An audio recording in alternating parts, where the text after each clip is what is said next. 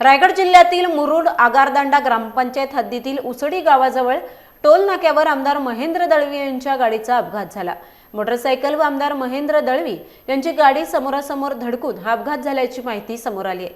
तर अपघातात मोटरसायकल चालकाचा मृत्यू झालाय। मुरुड अलिबाग मतदारसंघाचे आमदार महेंद्र दळवी हे मुरुड नांदगाव येथील साळाव आगारदांडा रस्त्याच्या भूमिपूजन कार्यक्रमासाठी येत असताना माणगाव येथील जासिम अब्दुल रहमान पासवारे हा मोटरसायकल वरून माणगावला जात असताना आगारदांडा ग्रामपंचायत हद्दीतील उसडी येथील टोल नाक्यावर आमदारांची गाडी व मोटरसायकल यांची जोरदार धडक लागल्याने मोटरसायकल स्वार जखमी झाला।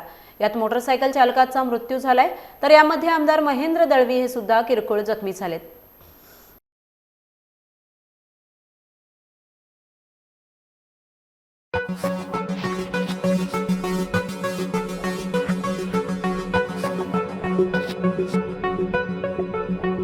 Thank you.